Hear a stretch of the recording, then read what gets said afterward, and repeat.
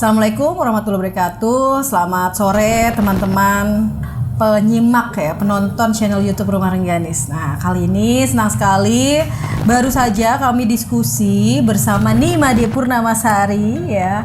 Ini seorang penulis ya, bukunya sudah banyak. Nah, salah satunya ini karya terbarunya.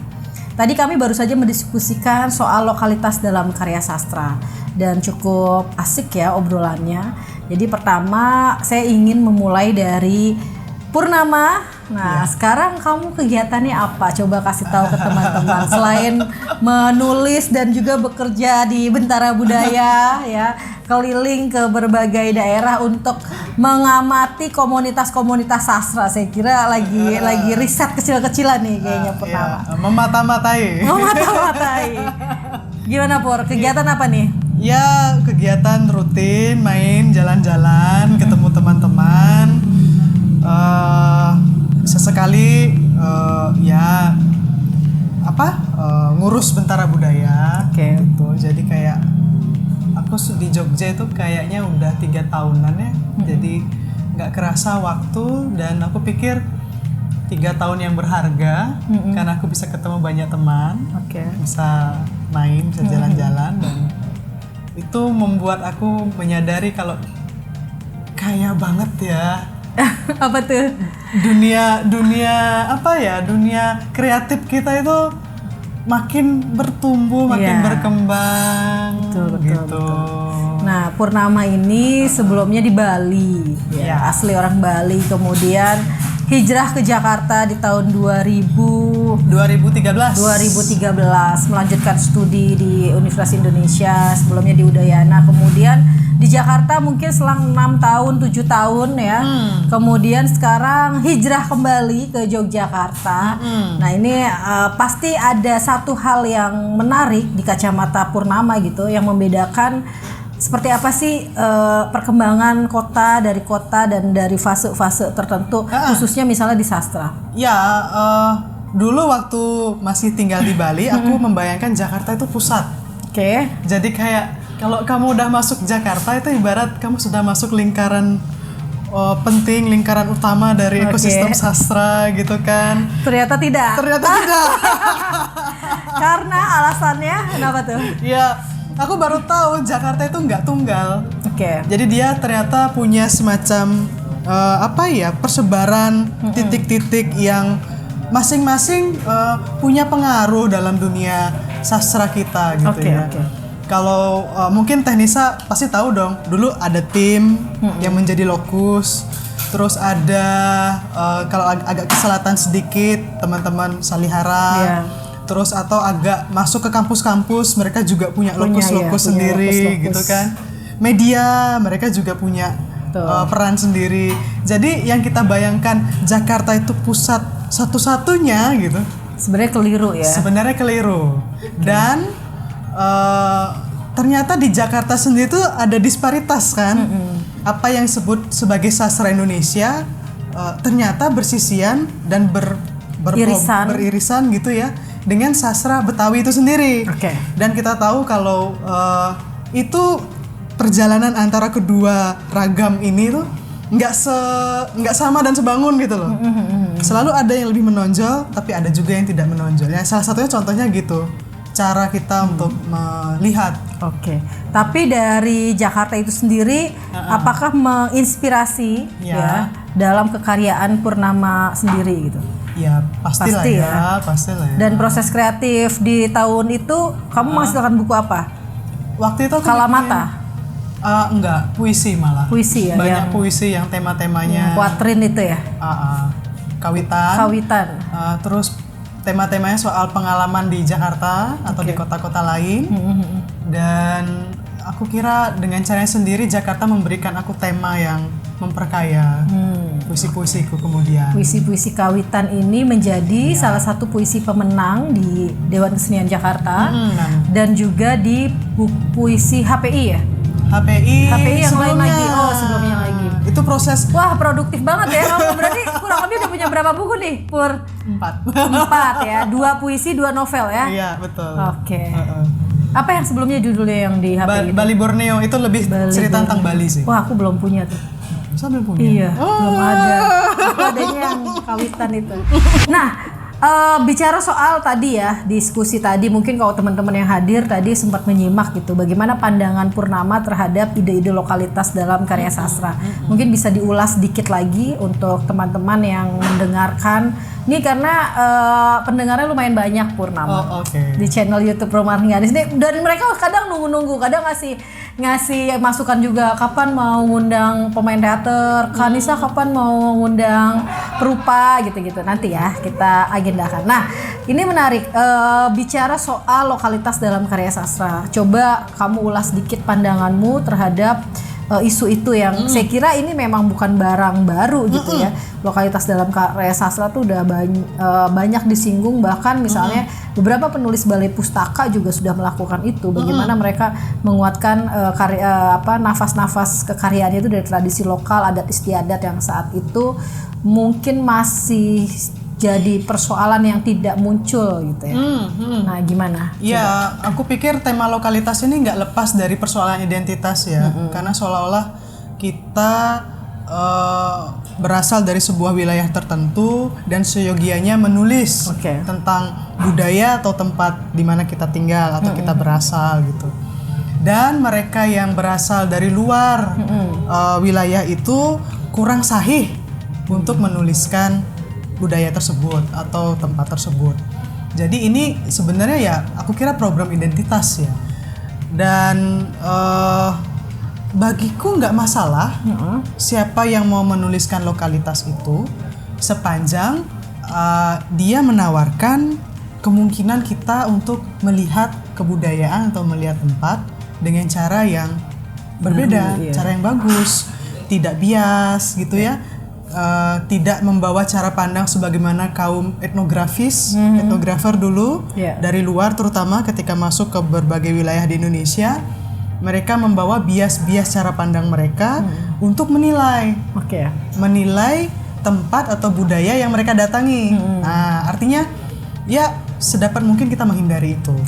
Nah, terus problem lain adalah seolah-olah kalau misalnya kita nih penulis perempuan begitu ya, atau penulis yang berasal dari Bali atau dari Cirebon, kita terbebani harus menulis isu perempuan, ya harus menulis tentang Cirebon, harus menulis tentang Bali. Padahal nggak apa-apa juga, nggak masalah ya? Nggak masalah, karena yang diangkat kan bukan, ya lagi-lagi kita berharap karya sastra itu melampaui sekat-sekat identitas kan. Dia bisa berbicara tentang masalah siapa aja, karena masalah kemanusiaan atau masalah lain itu jauh lebih besar untuk dibincangkan sehingga jadi relevan untuk banyak orang. Menarik. Menurut aku gitu. Nah, kadang muncul sesederhana kemudian orang menilai sastra lokalitas itu hanya dengan ada memasukkan unsur-unsur idiom lokal. Iya, itu juga problem juga ya. Nah, jadi kalau bicara soal formula gitu, apa yang ditawarkan Purnama ketika ingin menuliskan karya yang berangkat dari isu lokalitas? Ya, aku pikir memasukkan idiom itu memang bisa jadi satu ciri aja bahwa kita memasukkan unsur lokalitas. Tapi sebenarnya tidak selesai hanya di situ. Bagaimana juga apa yang kita tampilkan itu nggak sekedar tempelan gitu loh. Gimana cara ngomongnya tuh? Jadi kayak konteksnya kita memasukkan kosakata kedaerahan itu apa maksudnya? Apakah kita ingin mewakili cara berpikir, alam berpikir masyarakat itu, dan sekaligus juga menukik lebih dalam membahas persoalan yang ada di sana, atau gimana? Nah, problem yang sering kita temui kan, terutama kalau puisi atau misalnya ya lebih sering di puisi lah, karena puisi kan ringkas ya, sehingga jadi kayak space-nya lebih sempit ya. Lebih sempit, jadi kayak lebih pendek. Memang kita tahu kalau karya sastra tidak bisa mengungkap seluruh aspek dalam kebudayaan. Dia hanya seperti kayak memantik kita untuk menyadari ada satu hal yang unik dari kebudayaan, dan itu kita hadirkan. Dan dari pantikan itu pembaca yang kritis atau pembaca yang cenderung punya rasa ingin tahu yang berlebih, yang tinggi gitu, mereka pasti akan melacak dengan mencari sumber-sumber referensi lain kalau mereka tertarik dengan isu itu. Ya, menarik. Ini beda kalau antropolog yang ngomong nih. Nah, ini aku mau menyinggung sedikit. Jadi sebenarnya sesi Rumah Rengganis itu ingin membincangkan buku terbarunya Nimade Purnamasari. Ini novel yang diterbitkan oleh KPG yang menari dalam bayangan inang mati. Nah, mungkin nanti kapan-kapan bisa kita diskusikan ya. Syaratnya harus dibaca dulu. Siap. Ya, ini udah jadi satu koleksi. Nanti teman-teman yang penasaran bisa datang ke koleksi buku Rumah Rengganis. Sudah dihibahkan ya untuk dibaca teman-teman. Ini yang menarik dari novel ini adalah upaya pencarian ya, upaya penelusuran apa yang terjadi di tahun 70-an di masyarakat Bali. Nah, apa yang mendasari kamu berpikir ini urgent nih untuk disuarakan atau ini layak nih untuk aku tulis? Ya. Spoiler dikit nggak apa-apa? Boleh dong. Justru hal-hal yang ini kan yang tidak ditemukan di obrolan-obrolan formal. Jadi teman-teman bisa mengadopsi cara-cara untuk mulai menulis atau ide-ide. Ya kita bongkar-bongkaran dapur kreativitas sedikit lah. Ya. Boleh banget. Silakan. Oke. Ini sebenarnya cara aku untuk merekam perubahan yang ada di Bali ya. Oke, menarik. Jadi latarnya kan tahun 70-an. Oke. Nah, 5 tahun sebelum 70 kan peristiwa 6566 di Bali. Tuh. Yang kita tahu itu sangat traumatik karena sepertiga atau kurang lebih segitulah warganya hilang. Jadi pada tahun 70-an, terutama tahun 72 sampai 74, itu ada semacam konsensus yang membuka Bali sebagai daerah turistik secara sistematis dan masif. Jadi sampai hari ini ya? Sampai hari ini. Jadi Teknisa bisa bayangin dong 5 tahun sebelumnya telah terjadi pembantaian besar-besaran. Merinding gue. Iya kan? Tapi kemudian hanya berserang nggak nyampe sekian lama, Bali kemudian mengubah wajahnya, ya kan? Menjadi wajah yang sangat manis atas nama pariwisata. Wah, ini nggak disukain oleh Kemenparekraf nih. Buku ini akan tidak disukai oleh Menteri Pariwisata dan Ekonomi Kreatif. Ya, kritis sekali. Terus apa yang kamu temukan di sana? Jadi pada periode 70-an gitu ya. Pertama, selain karena paradigma cara pandang orang Bali yang tiba-tiba berubah, terus ada banyak ciri seni tradisi seperti tari atau gamelan yang di-switch untuk kebutuhan komoditi. Jadi seperti kayak ada satu shifting gitu ya, dan itu dialami oleh seorang tokoh di sini. Kebetulan tokohnya penari anak-anak gitu. Dan dia merasa kebingungan, ini sebenarnya apa yang terjadi? Padahal belum lama ibu dan ayahnya hilang karena peristiwa gestok, tapi kemudian dia tidak punya waktu untuk berduka atau segala macam. Dia larut dalam situasi turisme di Bali. Nah, kurang lebih begitu. Gulung-gemulung sampai periode hari ini. Latarnya panjang. Seru. Nah, itu adalah upaya yang dilakukan Purnama untuk mengkritisi satu fenomena yang di Bali, yaitu lokalitas sekali gitu, tanpa harus dengan mengembel-embeli gitu ya, hanya karena nama tokohnya orang Bali, tapi itu adalah ada satu peristiwa yang mungkin luput ya dibicarakan hari ini ya, dan bahkan misalnya tidak banyak yang menyadari bahwa perubahan besar itu sebenarnya berangkat dari peristiwa yang ironi, peristiwa yang traumatik. Saya harap buku ini menjadi salah satu buku pemenang nanti di festival apapun, dan juga memberikan inspirasi bagi teman-teman yang ingin memulai menulis dengan melakukan penelusuran sejarah. Jadi ada pertemuan persinggungan antara sejarah, mitos ya, dan juga ya hal-hal yang itu sebenarnya jadi ramuan yang asik gitu ya. Tadi juga dibahas bagaimana mitologi yang beredar itu sebenarnya bisa jadi hasanah atau kekayaan kita sebagai penulis ya, untuk memasukkan ide-ide cerita itu. Oke, Purnama, biasanya kami ingin meminta tamu kami untuk memberikan rekomendasi buku bacaan. Oh, boleh dong. Buku bacaan yang mungkin cukup mempengaruhi kamu dalam menulis. Buku bacaan? Iya. Apa ya? Aku lagi buku yang terakhir yang aku baca kali ya. Boleh. Oh iya, terakhir aku baca bukunya Mas Isaka Banu yang Rasina, karena yang itu, mau didiskusikan. Mau didiskusikan. Itu buku terakhir yang aku baca, dan itu juga bicara soal sejarah dengan periode yang sangat jauh ke belakang, tahun 1600 dan 1700. Wow. Dan mengulas peristiwa traumatik soal pembantaian di Banda dan akhir masa VOC di Hindia Belanda. Jadi Ya aku kira itu buku yang menarik karena bicara soal data-data dan fakta-fakta sejarah dikemas dalam bentuk fiksi. Oke. Buku puisi mungkin? Buku puisi yang aku suka itu penyair Mary Oliver. Banyak sekali buku puisinya. Yang aku suka dari dia adalah caranya mengungkapkan dunia suburban, tapi dengan cara yang liris. Oke. Terus dari lirisisme mengenai alam, mengenai ya segala sesuatu yang ada di lingkungan dia itu dibuat menjadi satu perenungan yang aku kira sangat universal. Itu yang penting ya. Bagaimana Sasa itu memberikan satu perenungan bagi pembacanya. Iya, aku suka satu kalimat pembuka dalam salah satu puisinya itu ya. Apakah jiwa itu sekuat baja atau rapuh seperti sayap seekor ngengat dalam paruh seekor burung.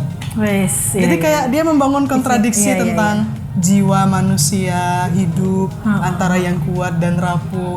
Pertanyaan-pertanyaan itu terus terulang dengan simbolisasi tentang alam. Ya. Wow. Nah, aku penasaran kalau kamu nulis ritual-ritual apa sih yang harus kamu lakukan? Atau kamu punya playlist musik tertentu nggak sih karena kan biasanya ya ada yang nunggu mood gitu ya, terus lagi nyari inspirasi nih gitu. Aku tuh kadang selalu pengen tahu dapur kreatif masing-masing penulis, atau dia harus ngedengerin musik-musik tertentu, atau dia harus makan makanan tertentu. Nah kalau Purnama Sari apa? Enggak sih, kalau nulis aku biasa jarang denger musik. Jarang dengerin musik? Tapi aku lebih seneng denger Lady Gaga. Wah ini di luar kebiasaan yang lain nih. Lady Gaga keren tau. Harus pakai dupa nggak? Harus pakai dupa? Enggak. Terus meracik ide. Tadi nggak sempat dibahas ya, karena kebetulan tadi obrolannya sangat jauh ya bicara soal lokalitas itu. Soal meracik ide, kamu berangkat dari mana? Misalnya kalau aku tuh tertarik dari membaca berita, membaca koran, kemudian bagaimana memindahkan berita di koran itu menjadi satu puisi karya fiksi gitu ya. Nah kamu memulai dari mana? Ya kurang lebih hampir sama ya, pasti ada pemantik ya. Iya. Kadang-kadang berita bisa, atau kadang-kadang karya penyair-penyair lain. Itu sering sekali membuat aku, kenapa dia bisa membuat perspektif yang begitu? Coba kita ubah sedikit perspektifnya. Itu semacam latihanku untuk melancarkan ide atau inspirasi gitu. Nah untuk buku yang terbaru ini bermula dari mana? Apakah dari riset? Kamu melakukan sebuah riset, karena Kalamata juga sebenarnya settingnya masih mirip-mirip ya? Iya. Nah itu kan sebenarnya sebuah penelusuran yang panjang dan cukup melelahkan bisa dikatakan ya? Iya. Ini sebelum jadi buku ini aku berdebat panjang sama editorku. Jadi bentuk aslinya bukan dengan perspektif seorang anak yang menceritakan perubahan situasi perubahan di desanya atau di masyarakatnya, betul-betul berubah, betul-betul beda. Jadi berarti editornya bekerja sekali ya? Editornya bekerja sekali untuk mencoret sana sini. Karena biasanya editor kadang nggak mau repot-repot dan ya udahlah meluluskan gitu ya. Enggak. Nah ini berangkat dari kegelisahanmu sebagai warga Bali melihat fenomena itu, atau ketika kamu sudah berjarak, karena kita tahu ya selesai lulus S1 kamu udah ke Jakarta, kemudian ke Jogja, itu hitungannya udah puluhan tahun gitu ya. Apakah itu ada yang bilang saya akan lebih dekat melihat Cirebon ketika saya punya jarak gitu loh. Apakah kamu seperti itu? Iya, jarak itu berpengaruh ya. Tapi sebenarnya benang merah dari novel ini adalah aku cerita soal peristiwa 65. Aku nggak tahu kenapa aku senang sekali, ingin sekali mengeksplor apa yang terjadi di tahun 65. Apa yang terjadi. Tapi kan kalau bicara soal 65, perspektifnya kan pasti macam-macam. Iya, macam-macam. Dan kadang-kadang penuturannya terbatas pada hal yang sama. Misalnya kalau nggak korban pelaku, kalau nggak korban pelaku. Terus perspektifnya kadang-kadang berpusat pada kekerasan macam apa yang dialami, gitu kan, baik secara langsung ataupun tidak langsung. Nah, dari situ aku pikir, apa nggak ada kronik peristiwa yang lain yang mewakili tragedi itu, gitu. Karena novelku yang pertama juga peristiwa soal 65 juga. Ngulik banget ya kamu ya. Iya, seru. Terus dan nemu lah ini. Dan nemu bahwa aku menemukan suatu ironi bahwa yaitu tadi setelah peristiwa 65 loh kok ada turisme, loh kok ada konsensus yang seolah-olah mengkomoditaskan beberapa bentuk kesenian yang tadinya sakral menjadi profan dan seterusnya. Jadi apa yang terjadi dalam kerangka pikir masyarakat Bali ketika menghadapi antara tragedi dan tahun-tahun setelahnya? Itu seperti, kalau dalam bayanganku itu seperti nggak masuk akal. Iya kan? Kita seperti melupakan semua korban dan kita terlarut pada euforia baru. Dan bertahan sampai hari ini ya. Bertahan sampai hari ini. Nah, sebenarnya berangkat dari situ, dari kayak mencari sudut pandang baru soal peristiwa 65 aja. Tapi nggak tahu kenapa dan setelah berhasil sih. Aku pikir belum ada ya yang menelusuri jejak. Oh iya, ada tourism itu yang dianggap masyarakat itu suatu hal yang menyenangkan mungkin sebagian, artinya menganggap ini satu ekosistem ekonomi baru gitu ya. Yang ya karena mungkin mereka tidak dapat cerita yang utuh gitu. Dimulai dari mana konsensus turisme di Bali itu. Iya, betul. Yang ternyata kalau kita tengok ke belakang dimulai dari sebuah tragedi yang cukup berkabung lah ya. Iya, jadi kayak semacam ada kontradiksi dalam cara berpikir. Aku sih ingin merekam itu. Dan zaman itu pada tahun 70-an pariwisata masuk nggak pakai kajian naskah akademis atau apa itu enggak loh. Pokoknya langsung masuk aja. Setergesa-gesa itu ya. Jedar. Yang menjadikan Bali sebagai kota wisata andalan Indonesia gitu. Iya. Bahkan kalau teman-teman saya bule itu taunya Bali bukan Indonesia. Saya mau ke Bali, ya kamu ke Indonesia. Terakhir nih. Coba sampaikan pandanganmu ya terhadap, kamu kan banyak keliling nih dari kota ke kota gitu ya, nongkrong di komunitas-komunitas gitu. Apa sih sebenarnya yang harus dilakukan komunitas penulis, komunitas pembaca? Karena banyak yang terjebak, mereka sibuk melakukan kegiatan-kegiatan tanpa kemudian berkarya gitu. Nah mungkin sudut pandangmu bisa nanti teman-teman simak ya, karena yang jangan sampai, saya harap sih teman-teman yang bergiat di komunitas itu hanya habis waktunya untuk melakukan kegiatan-kegiatan tanpa kemudian mereka misalnya menulis, kalau misalnya kelompok penulis gitu kan, atau kelompok pembaca gitu, dia malah mengatasnamakan dirinya sebagai komunitas baca yang tidak membaca buku kan. Sian ya. Coba deh pandanganmu. Apa ya nah, komunitas bentuknya macam-macam ya, dan motifnya juga macam-macam keberadaannya. Cuma yang aku pikir komunitas membantu kita untuk berjejaring. Betul. Ya, ruang kolektif berjejaring. Jadi ketika kita ngobrol sama teman-teman satu grup gitu ya, jadi kita tahu bahwa oh ternyata cara pandang dia soal sebuah karya atau soal fenomena gitu berbeda-beda. Benar. Teman sharing ya. Teman sharing aku kira. Selebihnya kalau proses kreatif, jika ternyata teman-teman komunitas itu support gitu, mereka bisa memantik, itu bagus. Itu bagus. Yeah. Itu bertahan aja di situ karena itu komunitas yang ya dia mengajak kita untuk produktif. Itu bagus. Tapi nggak semua bisa seperti itu, dan ya tantangannya macam-macam, problemnya macam-macam. Oke, kita minta closing statementnya dari Nimade Purnamasari untuk Rumah Rengganis. Oh, ini pertama kali aku ke Rumah Rengganis yang tempat baru. Oke. Dulu pernah ya yang di Ciperna ya? Bener. Gimana, seru? Ya, aku nggak nyangka bahwa tempatnya akan seperti ini, seperti Gayeng gitu ya. Gayeng itu kayak nyaman, siapa aja bisa datang, kerasan. Dan aku kira ini sangat bagus, jadi kayak oase gitu loh. Makasih, mudah-mudahan ya. Jadi kayak oase bagi teman-teman yang ingin tahu dunia kreatif, karena kan di sini dunia dan di Cirebon ya khususnya ya. Nggak cuma sastra tapi juga musik, film dan seterusnya. Aku senang dengan tempat ini. Amin. Mudah-mudahan Purnama ya. Terus. Iya. Karena ya itu masa-masa saya di Jogja banyak banget tempat-tempat kayak begini. Kemudian pulang ke Cirebon tuh kayak rindu suasana vibes di Jogja gitu ya. Kemudian di Jakarta juga nggak aneh gitu, banyak. Dan alhamdulillah ya pulang ke kampung sendiri, karena kalau bukan kita siapa lagi nih yang membangun Cirebon. Pilih nih Rengganis. Vote wali kota ya.